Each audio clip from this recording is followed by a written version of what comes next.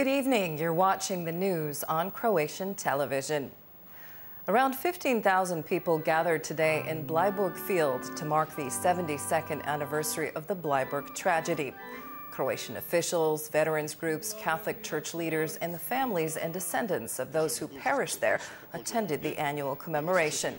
At the end of World War II, thousands of soldiers and civilians associated with the Axis powers were killed by Tito's partisans after they tried unsuccessfully to surrender to British troops. When we got to the field, it was green. By the next morning, it was red with blood and covered with the remains of humans and horses. The most important message to take away from Blyburg is that we should never forget what happened. I've been coming for years to pay my respects to the families and the people who died here. It is our obligation to condemn all undemocratic, authoritarian and totalitarian regimes. It is our obligation to pay our respects to every victim who bravely and honorably resisted such a regime in all its forms. Chefs whipped up an omelette made of 1,000 farm-fresh eggs at Zagreb's Dolec market this morning to mark the finale of a month-long event promoting Croatian farm products. Breakfast from Croatian Farms is a joint venture by the Ministries of Agriculture and Tourism. The festivities included a culinary showcase and presentations of local products bearing Croatian and EU seals of authenticity. Prime Minister Andrej Plenković attended the event. He was asked about the efforts to patch together a new majority in Parliament. I expect all 8 minority MPs to be a part of the majority, as they have been from the very start. We are in the process of reconfiguring the majority. We will be working together with our partners to fill the vacant seats in the government. Croatia's President Kolinda Grabar-Kitarović is attending a regional security forum in Montenegro.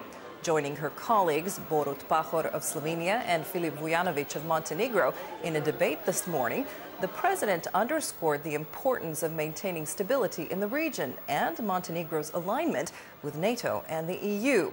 The forum is taking place just as Montenegro is about to join the alliance.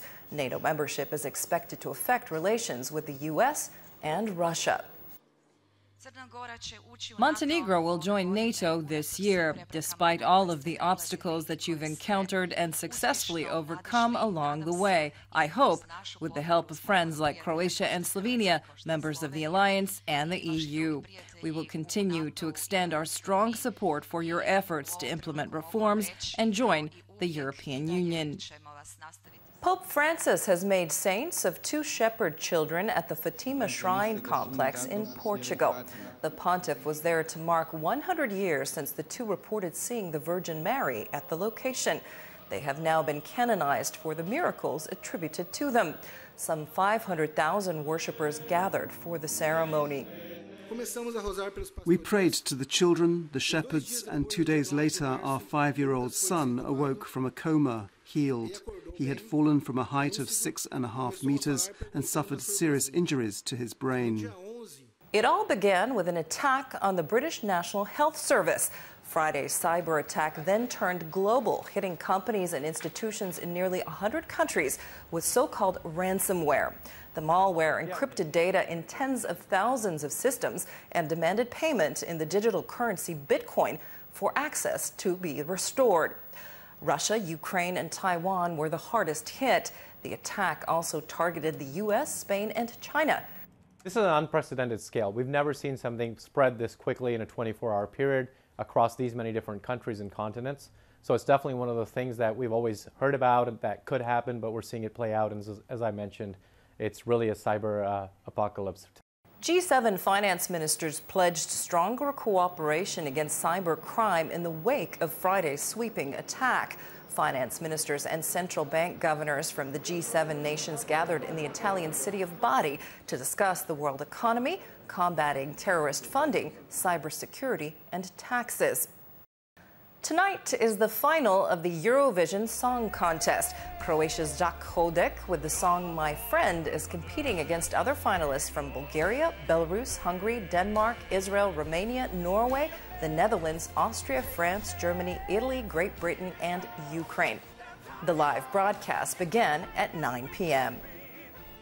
In sports, 5-time Diamond League champion and 2-time Olympic champion Sandra Perković has opened her season with a victory in Shanghai.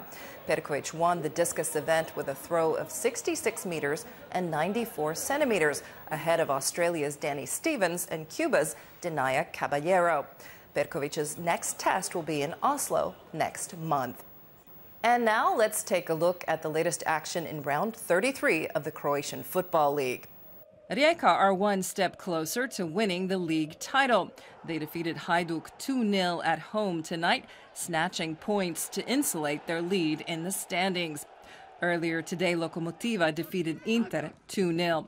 On Friday, Dinamo beat Split 1-0, while Cibalia managed to escape last place in the standings with a 2-1 victory over Istra. With only 3 more rounds to go, Rijeka has a 5-point advantage over second-ranked Dinamo. To get to the finish line, Rijeka still have an away game against Slaven Belupo, a clash with Cibalia at home, and a showdown with Dinamo in Zagreb. Sunday's forecast calls for mostly sunny skies on the coast. The interior will see some sunny spells earlier in the day, but heavier clouds will set in by the afternoon, bringing with them local showers and thunder showers. There will be a light to moderate west-northwesterly wind on the central and south coast and a southwesterly in the south. Morning lows will range from 8 to 13 degrees in the interior and from 12 to 17 on the Adriatic. The day's highs will be slightly warmer than today's, mostly between 21 and 26 degrees. Looking ahead to the new week, clouds and occasional rain and thunder showers are expected on Monday. Conditions will be more stable in the interior on Tuesday, but the east may still see some rain. There will be light to moderate northeasterly winds, and daytime temperatures will be quite warm. On the coast, Monday will bring passing clouds with a slight chance of light showers, especially in the north, where there will also be a moderate northeasterly wind. It will be mostly sunny and warmer from Tuesday on. And that brings us to the end of our program. Thanks for joining us. We'll see you again tomorrow.